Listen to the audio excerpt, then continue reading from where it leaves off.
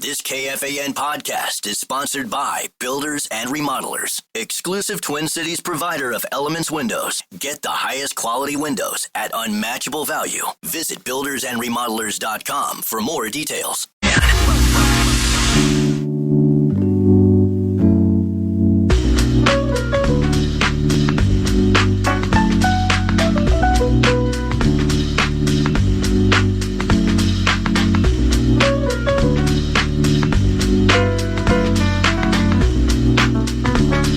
Leber. He is up next, and Bradshaw and Bryant KFAN text line is willing to accept any of your questions or observations for Mr. Leber. 64686 is, of course, that number. We've got a lot more Vikings, several more Vikings talking points to get to as well. Leber brought to you by our good friends at Sierra Nevada Brewing Company. He'll give us later his Sierra Nevada Hop Splash player of the game, and he now joins us via the Connecticut Water Systems hotline. From the Ben Leber perspective, now that you've had a few hours to process the loss to the Philadelphia Eagles, what is at the top of the Ben Leber blame list for? Well, maybe I'll put it a different way. What did you find most disappointing about the Vikings' performance yesterday? Oh boy, it's hard to narrow it down. There was a lot of things to like. I did enjoy the fact that we executed our first down play action to perfection. We had 6 or 7 first down plays off of play action that we went well over 100 yards on those plays. So it's like the idea and the philosophy going into the game, it worked. I wish that we would have stuck to the run game a little bit more and actually, pounded those guys because, that was a pretty light defensive edge for the Eagles. When Zadarius Smith kind of up and retires midweek, early in the week, it really kind of decimated the girth and the build of their outside. And they've had a bunch of injuries and all that stuff. And that being said, their starting outside linebackers, their edge guys were, right around 240, 245, 250. And so they're not big guys. And I just really thought, and you saw it sort of in the start of the second half, that we attacked the perimeter and the edge a lot better. I just thought we could stick with that. It would have made the play action much more effective. And then obviously defensively, when we worked so hard to get the quarterback out of the pocket, not being able to affect some of those scramble throws and those second chance throws, that was pretty disappointing. 1st and 10 from the 19 of the Eagles and 1st and 10 from the 15 of the Philadelphia Eagles. 7 pass attempts in those two situations. Incompletion, high snap, incompletion. Then the holding call that did negate a touchdown throw. To your point, I agree with you. Now, again, I'm not here to say we win the game. Who knows? There's a lot of factors, as you said, we're going to try to examine with you. But that's the part that still gets to me, to your point, that mix, especially in a day where it appeared, like I said, you might have had you were showing that you had some opportunity, not against every front, obviously not against every defense, but had some opportunity. And let's face it, with a running back who kind of welcomes that and relishes that and has shown he's got the power and the versatility to do something with the ball. Yeah, I'm with you. I wish in hindsight, especially when we're 2nd and 1 and we have, multiple passes in a row. And it's like, hey, this is what we, first of all, isn't that sort of the reason why we wanted to rebuild this offensive line? Yes. Not necessarily just for pass protection. Of course you want to do both, but I thought the mentality of the offseason was, let's build up our offensive line, protect the quarterback, and let's start running downhill. Let's have a new attitude where we're just going to come out and play physical football, use that play action pass, which did work yesterday, but just like really be able to have the ability to pound people in the field. And then when we get close to the goal line in the high red zone area, or the low red zone area, I think, in hindsight, we should have ran the ball more with a bigger back and a rebuilt offensive line. I will go back and say this, that when we had 1st and 10 on the 19-yard line, there was a pass There was a quick throw out to Addison out to the flat, and immediately it falls incomplete. Carson's immediately tapping his shoulder pads in his chest saying, yes, my bad. Even as Addison ran back, he even sort of like gave him a little high five, just saying like, my bad. If that's a better throw, and I'm not even saying like it has to be like perfect. If it's just on target, you're right. That's a touchdown. That's true. I mean, the way they schemed that up, the closest defender was probably 5 yards away, and he was redirecting his body to go after Addison. So, you look at some of those plays, and you're like, I know people might be upset that that's a passing play, but if it's completed, it's at least a first down, and now you're first and goal. So it is missed opportunities like that are very frustrating. Yeah, the second field goal possession, they got 2nd and 1 at the 6. That's the one to Jefferson that he probably should have caught. Now it's 3rd and 1. Another pass, incomplete. That was to Naylor. And then on fourth down, you go for it, and you get the touchdown nullified, obviously. And then at that point, with the holding penalty, at that point you have to kick the field goal. Just mix it in. Again, we'll never know, but I think it would have helped for sure. So in terms of, give me your evaluation on the defensive side here, because we talked early in the show. The team gave up 28 points, but 7 of those points were on a pick six. So you can argue that in terms of points allowed, it wasn't like the Eagles dominated the Vikings defense. But when they're able to gash for as many of the long plays, passing plays, with wide open receivers as they did, it doesn't feel right. It doesn't feel like the defense necessarily did its job. There were 3 straight third downs in the second half, third, and in all 3 cases, it was, I think, 3rd and 9 or longer, and the Eagles were able to convert on all of those as well. So what was it, our concentration on dealing with their running game? Why were they able to get such traction with big plays, big passing plays? Well, to me, they sort of took the game plan that the Broncos gave them. I think the Broncos had something like 6 sacks against them, and 4 of those sacks were just a 4-man rush. There was some pre-snap disguise built into that confused Jalen Hurts, and that allowed the 4-man rush to get there. Now, we did a lot of the same things where we would bluff and just bring in 4 guys. Now, the 4 guys might come from a different level, but it's still just a 4-man rush. It worked enough to confuse him, but then again, we get him outside the pocket, and he's able to create. We can't chase with proper angles, or we don't have a guy in the right rush lane. We have a guy that breaks contain, and then all of a sudden now it becomes, like I said earlier, these second chance, these secondary routes, and that was what happened on that first drive. I mean, Metellus is in the right spot. A.J. Brown stops his route because he's like, oh, that was my route. And, I see the quarterback in trouble, and all these receivers are trained to find green grass and just get open. And that's what happened there. And then, you look at the 79-yarder that Devontae had, and that to me looked like one of our safeties. I'm going to call it cover 3, bit down a little bit too low on an intermediate route, and he probably should have at least provided some help and, challenged that pass. Because to me, Isaiah, if they were in cover 3, Isaiah played it pretty well. He kind of stayed outside leverage. He was staying pretty deep. He was trying to funnel him into the safety and that deep safety, and it just didn't work out. So, I mean, props to them for scheming everything up. But again, it seemed like more of a player bust than it did just an attaboy to them. So, again, all of this is in hindsight. Wish you could have done things differently here and there, and they just made the big plays when they needed to make them. But to your point, I don't think the defense played nearly as bad as maybe the score indicates. Pass rush, what did you make? I didn't feel like we got enough pressure on Hurts. What did you make of the that part of the story? Yeah, same. I don't know what it is about just like a 4-man rush, and sometimes, we have players just running right down the middle of these offensive linemen, and they're a pretty big offensive line. I mean, to a man, those guys are pretty thick and sturdy. outside of maybe the right guard. And it seemed like time and time again, we weren't using that speed. We weren't trying to be more athletic to them.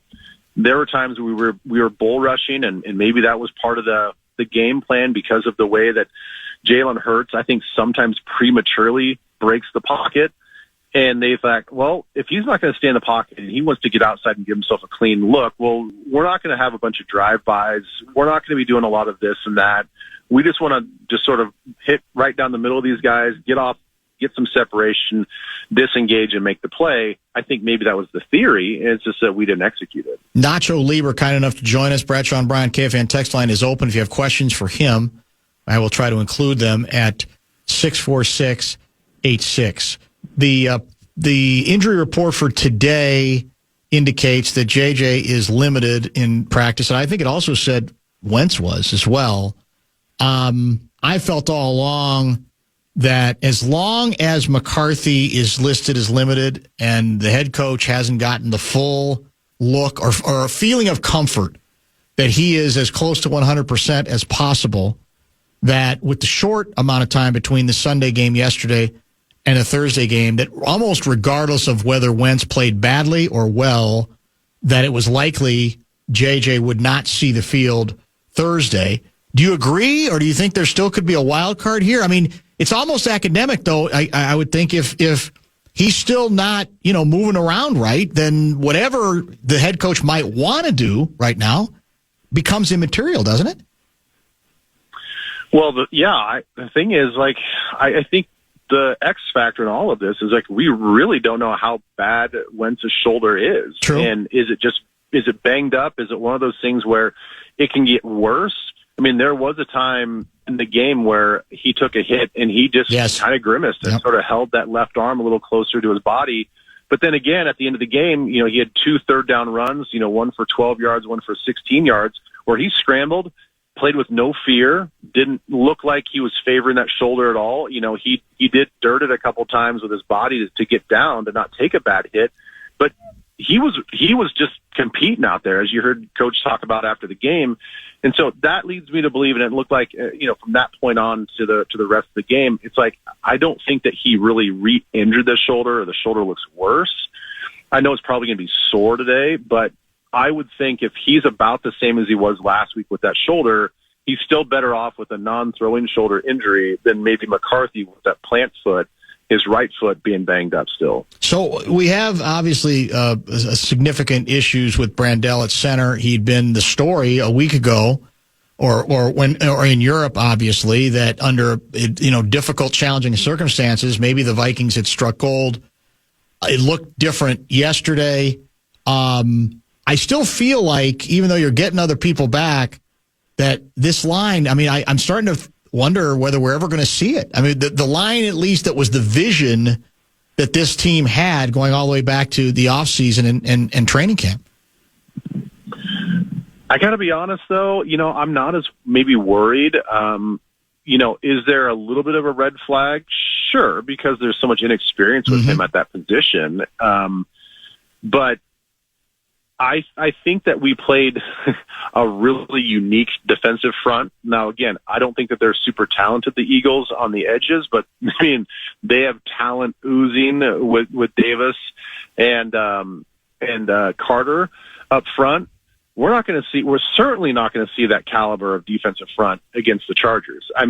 That's an area, because of free agency and injury, that they're really depleted at.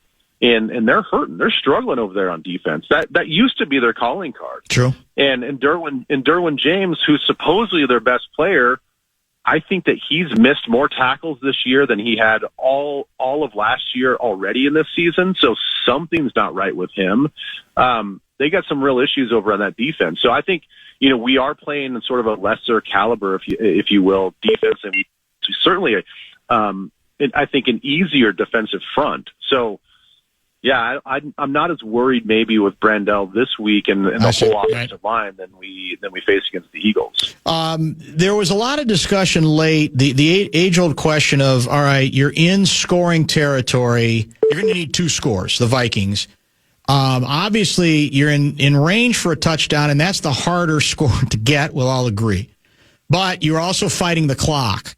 So were you fine with the strategy to continue to try to score a touchdown? Do you think we should have cut our losses earlier so that we had more clock, even if there was no guarantee that we're going to get back in position to get the touchdown that you're going to need if you kick the field goal earlier in that possession? I was fine with it, actually, because I do think, the theory, and I don't know the analytics behind it, but in my mind, it's like you've already worked that so hard to get down there. And if you play the numbers game off of the game clock, you're probably at best going to get the ball back probably deep in your own territory. If you force a punt, that you might have less than a minute to get down the field. And who knows how many timeouts you have left. So the idea working under a minute to get down the field to get a field goal, and we know what our kicker's capable of, especially in our building, I thought there's a higher probability of that to happen versus having under, maybe a minute 45, 2 minutes, and having to score a touchdown. I would say, so yes, I think the way that they played it out is the way I would have done it, even in hindsight. The thing that I have a little bit of a problem with is we got the ball in that possession with about 6:30 and change on the game clock, and we acted like it was the start of the fourth quarter. It just didn't seem like the first 4 or 5 plays there was a sense of urgency, and I know that you want to bleed the clock a little bit if you're playing everything out in your mind the way you want it to be, but man, I just assume like you get almost in a 2-minute mode where like we got to get down, we got to score, we got to figure out what we're going to do here, whether it's going to be a field goal or a touchdown. But we gotta give our defense some time to operate, and then thus give our offense some time to operate with more time on the clock than maybe 45 seconds on the clock. That's fair. What about the Hawkinson play in the end zone? I was just barking about this after the game and, even a little bit this morning with the Power Trip guys, that all I really care about is consistency from the league office. If New York is going to take over and take the responsibility away from the in-game officials, that's fine. I'm okay with that, but just be consistent. And, this argument has been built up now in the last 24 hours about this inconsistency. We have, and I wasn't thinking about this at the time when I was kind of barking about this after the game and all this other stuff, but, the Travis Kelce catch, somebody brought to my attention, and I remember watching it. It was a controversial catch. Right. Was it a couple weeks ago where the ball clearly hits the ground? He traps it. They review it, and they're like, no, that's a good catch. And everybody in the football world is like, how is that a good catch? Like, are we looking at the same thing? And then the very first quarter of this game against the Eagles, I think it was Smith he goes down to his knees to catch a ball. His fingers on the outside of the football. It clearly looks like to me, as we're taking this frame by frame, that the ball skips off the ground and actually aids him in corralling the football and gaining possession.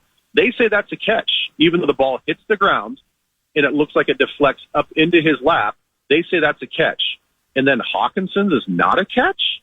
It's like, okay, I understand the logic of the ball touching the ground, but let's just be consistent with the calls here across the league. And I guess I'm just taking my argument even, into the Travis Kelce situation too, even outside of a game. It's like, what is a catch and what isn't a catch? I don't think that we're any closer to that with all the replays and the frame-by-frame decision-making. Hop splash player of the game for Ben Leber?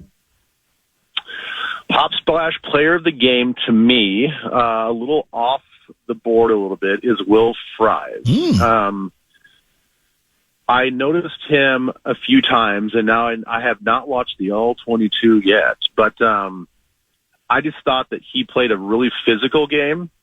Especially in the second half, and I alluded to those runs that we had on the right side, and we had some of those edge perimeter runs that went for chunk plays. He really stood out to me, just moving in space, capturing edges, getting angles, playing physical, being physical in pass protection, whether he's blocking his guy or giving help to somebody else. He just stuck out to me. So let's give him a little bit of shine and a little bit of love. No, nothing wrong with that. Is there what percentage chance do you apply to the possibility that Guardsy's guy, Max Brosmer, starts or plays at any point against the Chargers on Thursday night? Well, I could see him playing. I don't know about starting.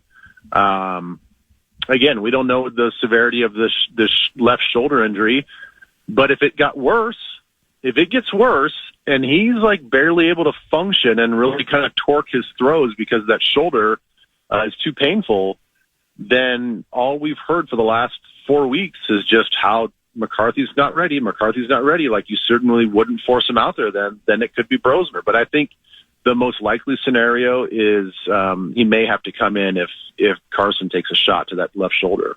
I don't have the countdown in front of me. Last week it was 32 days sideline, so we got to be up to, I think, 35, 36, in that range since JJ got hurt. Are you at all surprised it's taking this long? Do you think this is the nature of that kind of injury? Do you think the Vikings are being too cute, waiting for he's got to be 100% in a league where there ain't a lot of people who play 100%, even if they're young or old? Or what do you think? Yeah, I mean, I definitely think that they're being cautious. I mean, I don't know if it's overly cautious, but, I don't know who was, Sam Darnold. Sam Darnold last year, when he cemented himself as the starting quarterback, are you telling me that percentage-wise he wasn't where J.J. McCarthy is right now at some point in time with some body part? Yeah. If you think McCarthy is 90%, at some point in time in the season, guaranteed, Darnold was looking at his body and he's like, my shoulder, my knee, my ribs, something. Yeah. Maybe you put it all together. He's like, I'm less than 100%. I'm at 90%. Mm-hmm. Do you sit him? No, you don't. You make him battle through and you figure out a way. So yeah, I think they're being overly cautious. I think it's smart in a lot of ways because you're looking, if you're looking for this to be a truly development year for this guy, it's development and discovery. We don't know what we have out of this guy. So do you want to know what you have out of this guy at 100%, or do you know what you have out of this guy at 85 to 80%? I'd rather see what we got out of him out of 100%. Now, he's probably going to get nicked up, banged up, all the other stuff when he eventually starts starting again. But I think for your first game back, why not have him 100%? So is it cautious? Yes. Is it overly cautious and egregiously cautious? I don't think so. I think they're playing the long game and not the short game. Speaking of long game, it is a Thursday night game against the Chargers. They just got lit up at home by maybe the hottest team in football, the Indianapolis Colts. It wasn't close. It was like 38-24. What do we need to know about the Chargers? I mean, it feels like, the Chargers have lost 3 out of 4. The only game they won was barely against Miami. And so they're looking for their, get back game, and the Eagles were looking for one, and we kind of gave it to them, I guess, to that extent.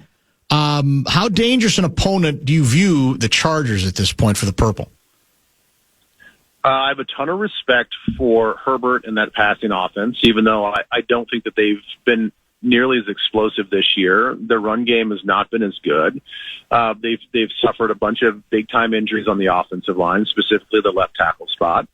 So they're going through it right now, but it sounds like to me, and everything that I've kind of researched in this short amount of time, is they're very disappointed with their defense, as I kind of alluded to earlier, that the defense was supposed to be their calling card, and it's not at all. And you want to talk about a game in which we can play action, this should be the game. Their second-level defense, their strong safety, I'll put Derwin James in that mix, their linebackers, they will bite on the run fake. And it has hurt them in the passing game so much. That intermediate passing attack, it should be wide open. But the caveat to all that is, we have a reluctance to commit to the run game. So they're going to see that on film. Yeah. We had 8 runs in this first half against the Eagles. We had 11 runs in the second half versus the Eagles. The far cry from what the Indianapolis Colts put on tape. Good point. And so I'm sure those guys were juiced up. Those guys were juiced up to try to stop Taylor. I don't know if I'm a defensive player on the Chargers right now that I'm going to be truly juiced up looking at the game tape from the last couple of games. I'm like, hey, this is a passing offense. I'm going to play the pass first, and then we're going to react to the run. a lot easier said than done, but I think that we have to go into this game and say we are 100% committed to the run early, and then we can open up the passing game in the second half. I appreciate you as always. Have fun in La La Land. We'll talk next week. All right, appreciate it. Thank you. That is Ben Leber, brought to you by Sierra Nevada Brewing Company. Good conversation with him, as always. We're wide open the rest of the show, out at 6 today for Minnesota Wild action, but a lot of time to get to more Vikings talking points and a number of your texts, a couple of really juicy ones as well. First, Van and Two Men and a Junk Truck want to give you a shot to win bonus bucks. It is our national cash contest. You can enter the keyword money at KFAN.com. Go to KFAN.com and enter the keyword money. And KFAN welcomes Trans-Siberian Orchestra for 2 amazing shows at Target Center on December 28th, 3 p.m. and 7:30 p.m. And tickets are on sale now. You can get complete show details, including a link to buy tickets at KFAN.com, keyword calendar.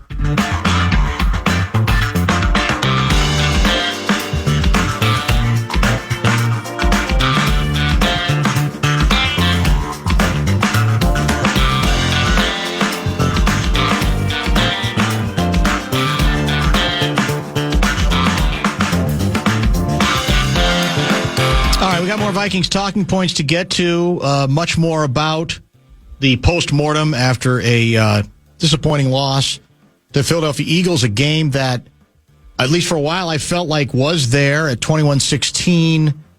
And on the other hand, you could say, but was it really there, given the ability the Eagles had when they really needed to, not just to score, but to kind of score with over the top with long passes? That's a very, very fair point.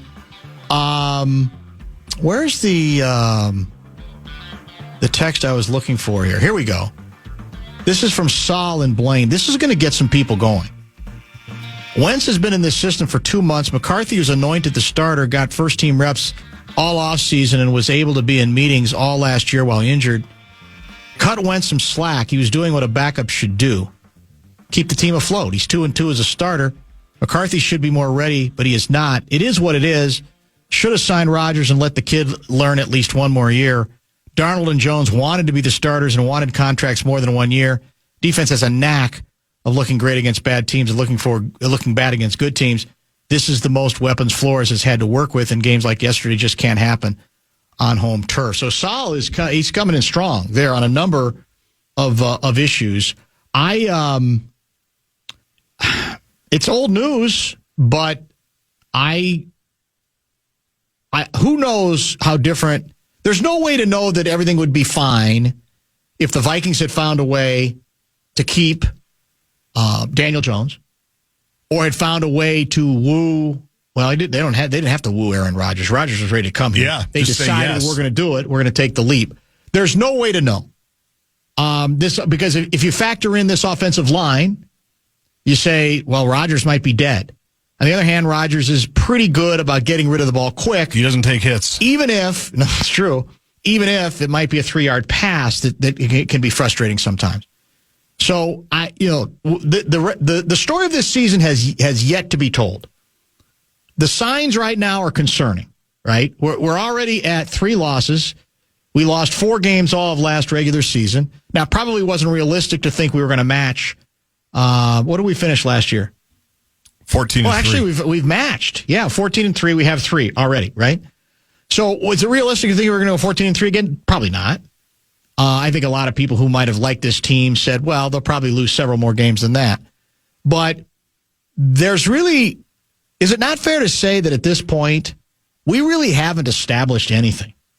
The old cliche about identity, we haven't really established anything of what we supposedly are. What we like to think we are. We're not a horrible defense statistically in terms of points allowed. Yardage, we're not so good. At key points, we're not so good. Takeaways, we're awful because 5 of the 7 came against one team, right? Offensively, we don't have the guy we want out at quarterback, but he struggled in 7 of the first 8 quarters. Carson Wentz has come back to the pack to be what he probably is, a backup, although I'm still not as down on him as some. That's not apologizing for him. That's just keeping my eyes and ears open about what he inherited and how this thing has played out. But he clearly has come back to the pack enough to say that you're going to get McCarthy in there when you can. But be careful what you wish for. because there's no guarantee that that's going to necessarily save the season. And this is not supposed to be a lost season, even with a young quarterback. The Vikings had convinced themselves that this was not supposed to be a lost season. And I will maintain a belief that there would have been less of a chance that we would look upon this as a lost season, even at this point, if they'd gone another route at the quarterback position and played it out one more year, even if they were going to make McCarthy sit for another whole season. This is day 36 since McCarthy got hurt. And, I mean, let me ask you this question. Let's say for the sake of this discussion that the Vikings were playing on Sunday against the Chargers, not Thursday. Yeah.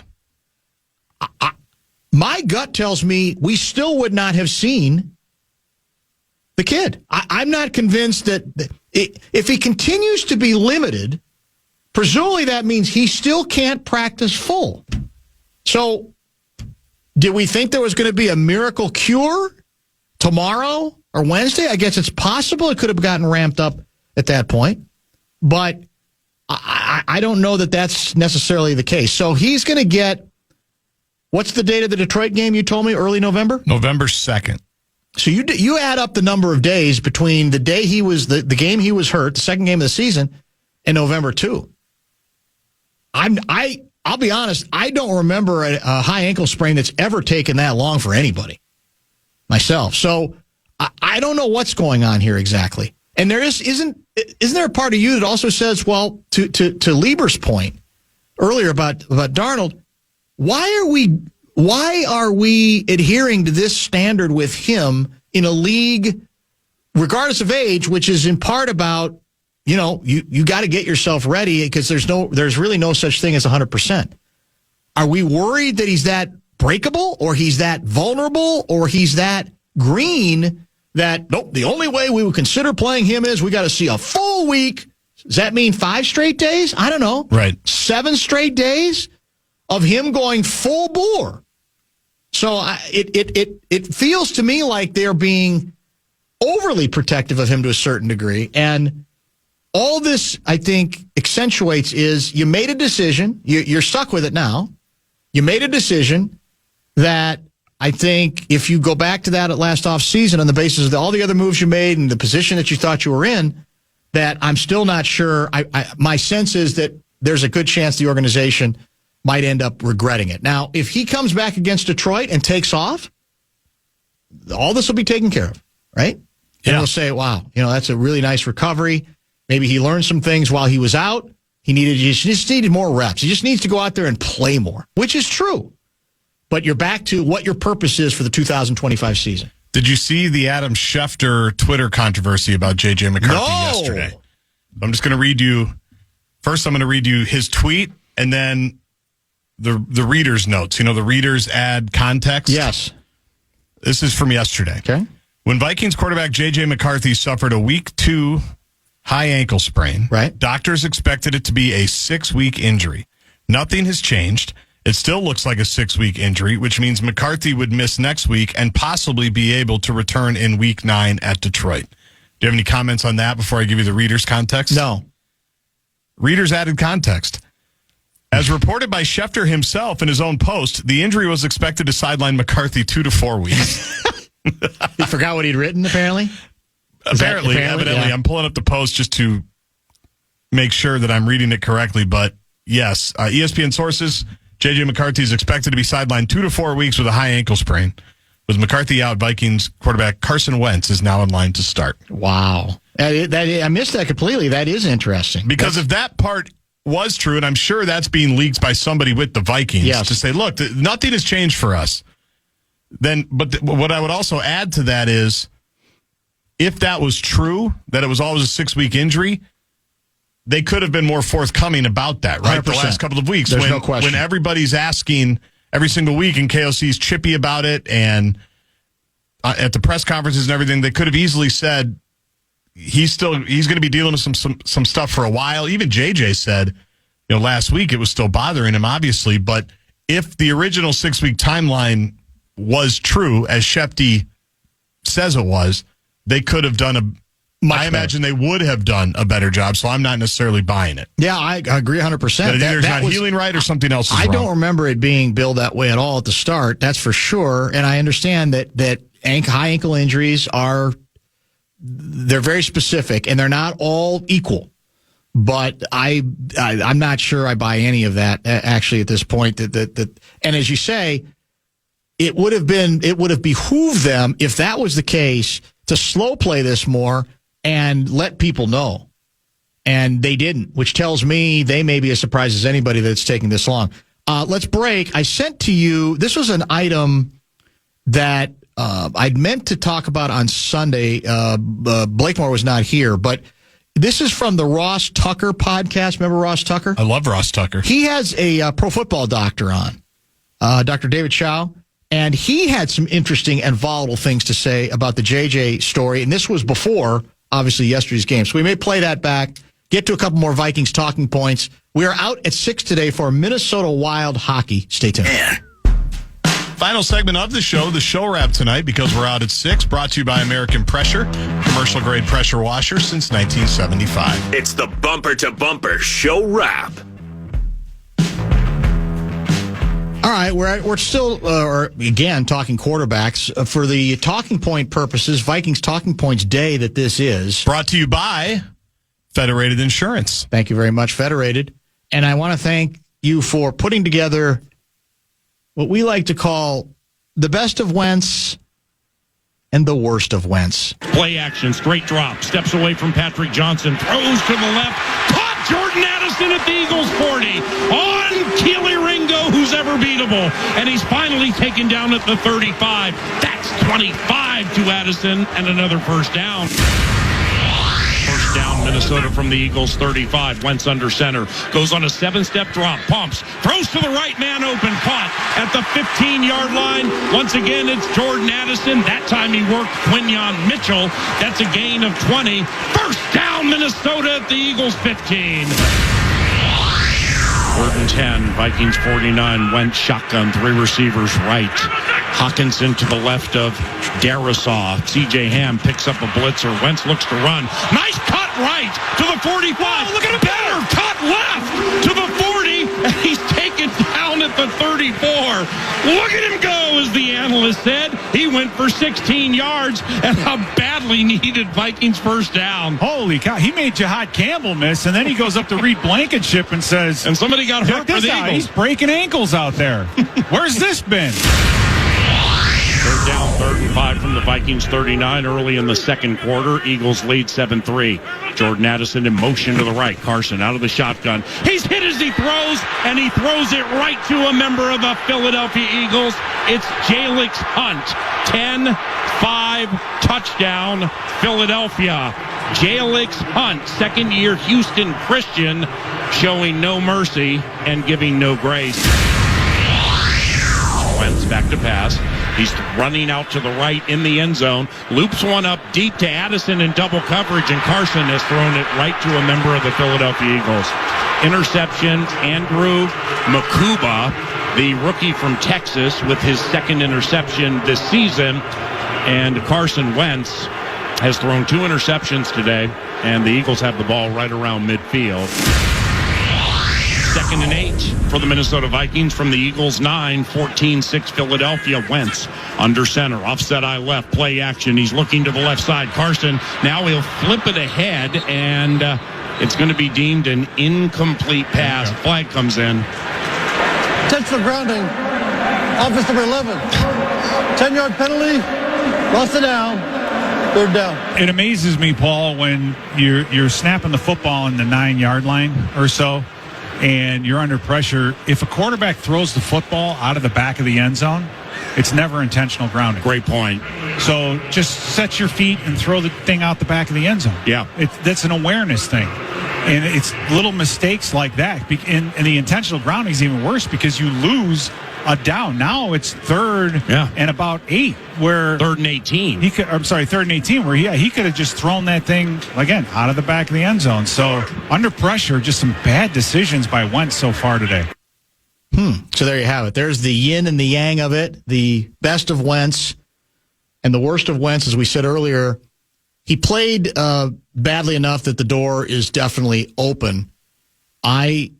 For a change, but it's immaterial. It's academic because the guy you want to change to, or that the guy that the head coach wants to change to, is not available. It's as simple as that. Now, the X factor might be, could Wentz's left shoulder be getting worse? He tends to take a beating every week. He looked like he was wincing a couple times in pain. I also sense that he does have some gamer in him. So I think I will still be surprised if he doesn't start on Thursday night. But there's nothing, again, I'll say respectfully to the McBobos, your guy's got to play. I mean, sooner or later, and I get it, he may not be ready to play, but there's nothing to talk about and nothing to get excited about. There's nothing to evaluate at this point if he can't play. And he's clearly not ready to play. Now, if I thought that the head coach was convinced, let's just say late last week, that McCarthy, as of Thursday, do we practice on Friday or not? I don't remember. Let's say he practiced pretty close to full Wednesday and Thursday. Yeah, it's the last day of practice. And was, hey, he's moving. Do I think it's possible that in that situation that the head coach would play him? Yeah, I do. Even on the with the short turnaround this week. But there's no sign of that. They continue every day to say he's limited. So as long as he's limited, there ain't nothing to think about. No matter how much you despise what Carson Wentz has or hasn't done under hardly ideal circumstances across the board. Now, I mentioned the podcast of what's the name of the podcaster? The Ross Tucker podcast. Dr. David Chow is at Pro Football Doc. Ross, we've had Tucker on. It's been a while, but obviously he's a big-time podcaster these days, and he apparently has one of those doctors who weighs in, which can be problematic.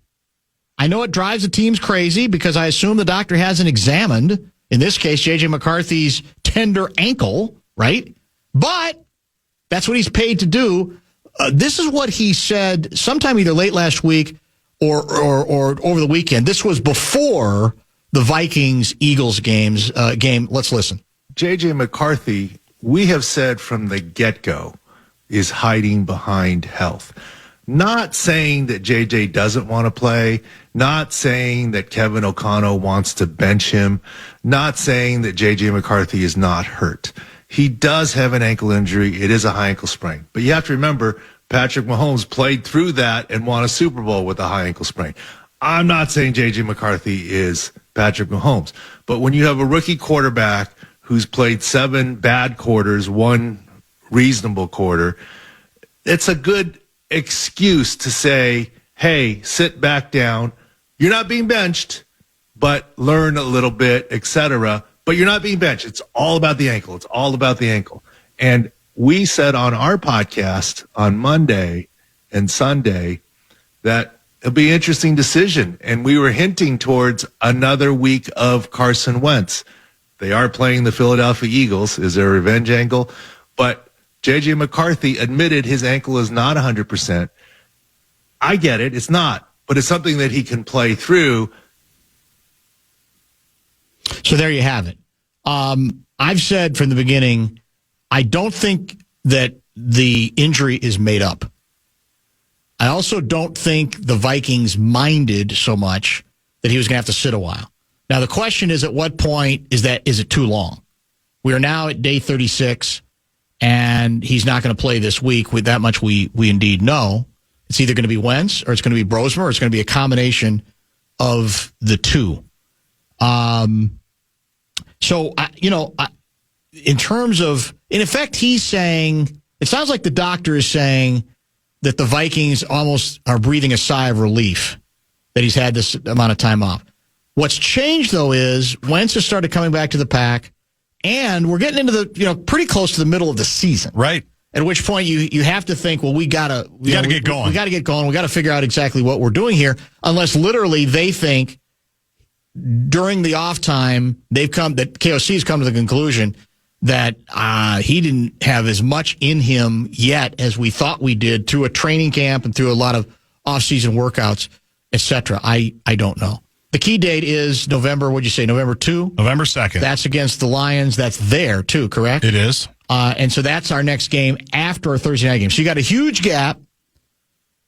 You got basically 2 weeks from yesterday is when we play the Lions, which means he's going to have extra time to get back into the right position physically, one could say. And one would assume by then, if you still have an ankle issue, then something more serious is going on, and you'd have to consider some sort of surgery, right? Or you have to wonder what's happening if he's still hobbling at that point. I don't know.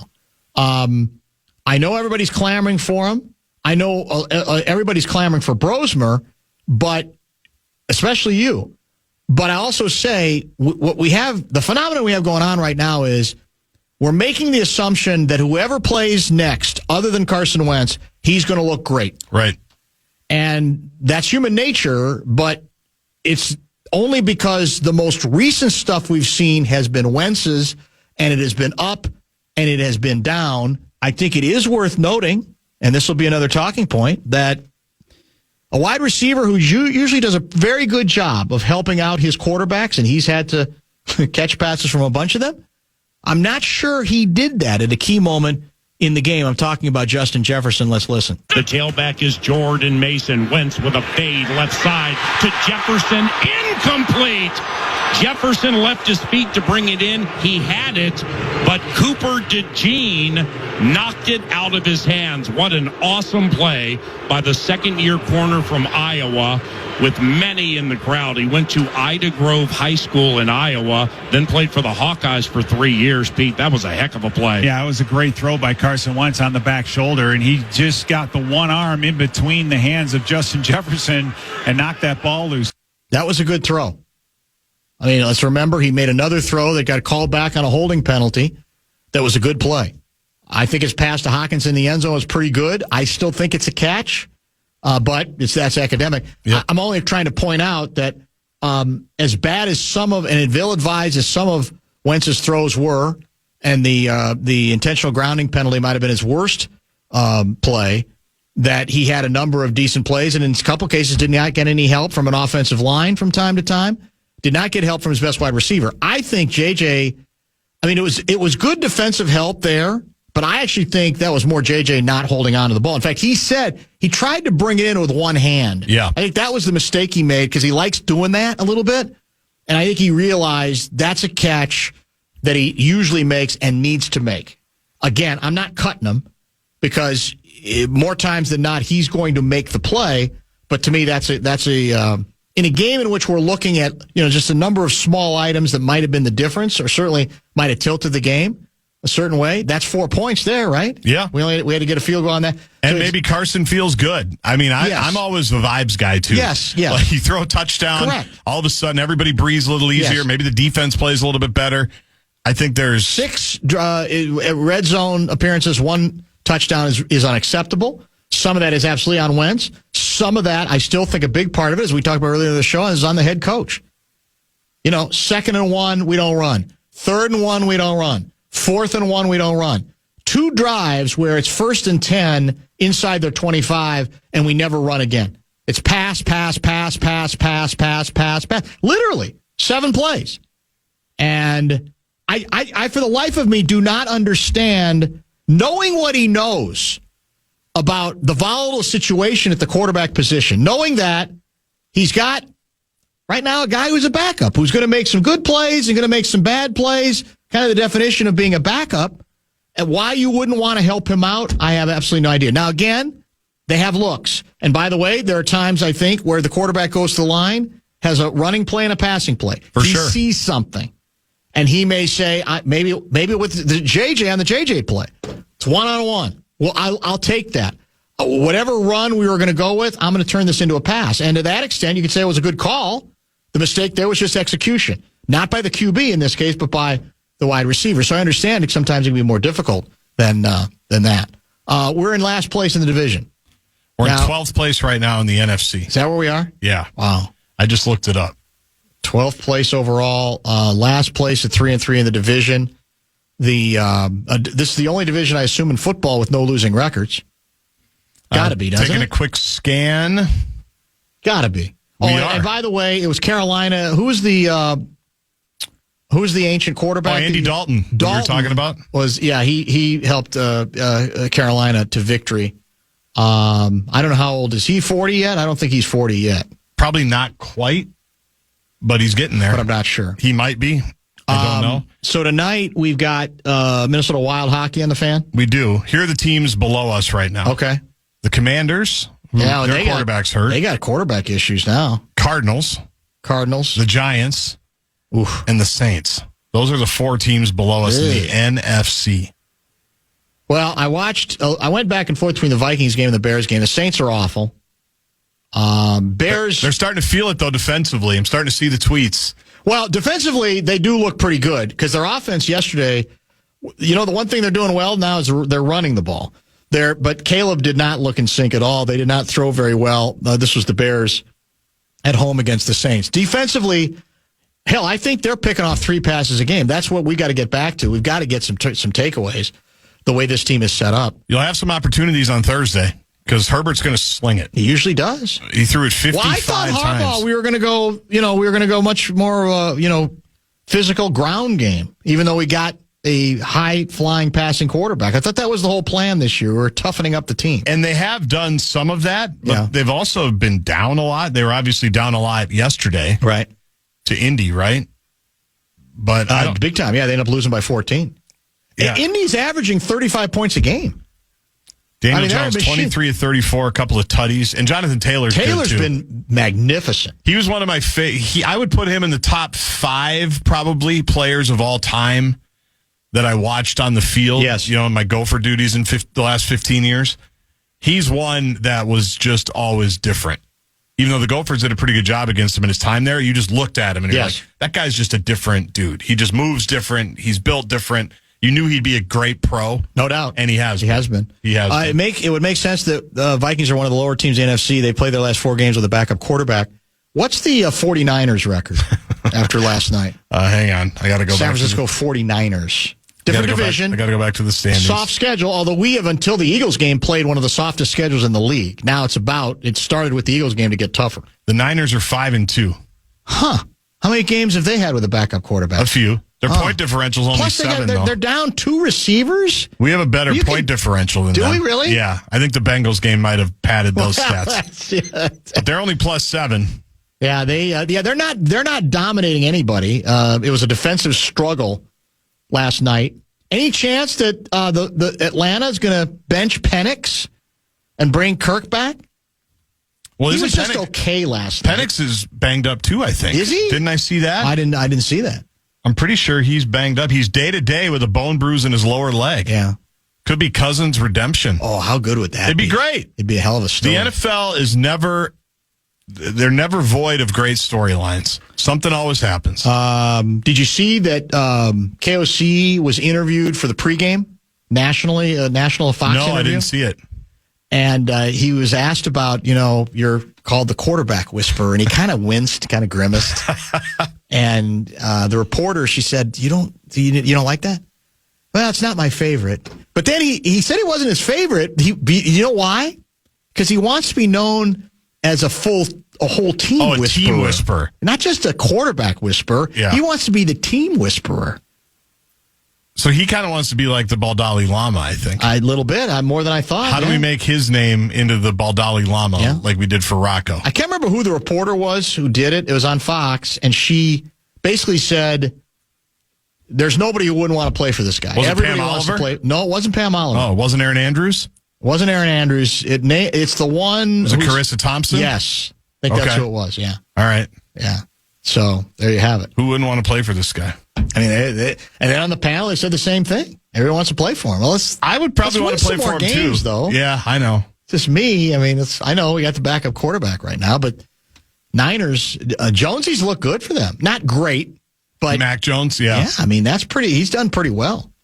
Now, they also, I think, have not played. That's the other thing. If you look at the Colts schedule, somebody pointed out, they have not played a lot of great teams either. I don't know if they ever do. Maybe they have one of those schedules where it's going to be soft all year. On the other hand, the way they're beating teams, right, and the level at which they're scoring, it's kind of hard to argue with the fact that they seem to have figured something out. And Daniel Jones, has most assuredly figured something out as well. Dan, they passed 16 out of 21 plays in the red zone. I will take his word for it. I get one of these every day. JJ is the ghost of Christian Ponder past. Actually, this is the bit. Let me read. Let's start over. Okay. 3, 2, 1. JJ is the ghost of Ponder past. Wentz is totally gassed. Brosmer won't be the last. Wild and 6. That's from Tim. Wild and 6. Northfield. Oh, that hasn't happened since 2015. But you can listen to him tonight, 6 minutes from now, right here on the Fan. Maybe he means, do we have an in-season I don't think they have an NHL Emirates tournament yet? I don't think they have an Emirates NHL Cup. We haven't done that I don't yet? think there's a Four Nations this year either. There's an Olympic tournament. We might be able to win that. We're off to a slow start, aren't we? Yeah, I read Joe Smith yesterday. I'm like trying to get caught up from the weekend. Right. Because I thought they started, the season's 10 days old, right? And we did okay at the start. Right. Volstad got to play. Kirill and Boldy were playing pretty well. And I read it. I'm like, I know these night games have taken over my sleep patterns. It's over. It's over already? Apparently, it's almost like the team has been given last rites. Have they done it? Is Louis going to have to do a players-only meeting while he's on the road with them? Is he on with us tomorrow? He should be. From the road. Yeah, he should be. On this road trip. Seifert is scheduled for tomorrow. Andy Luger in studio tomorrow as well for a very specific reason. So it'll be another early show, right? Out at 6 again? Not tomorrow. Oh, tomorrow's 6:30. Tomorrow's regular. We're out at 5:30 Wednesday, 5 o'clock on Thursday. Coming up next, your favorite hockey team, Garcey's favorite hockey team, taking on the New York Rangers, who last scored a home goal in the 2023-24 season. We'll talk tomorrow at 3. A lot of things that are easily correctable.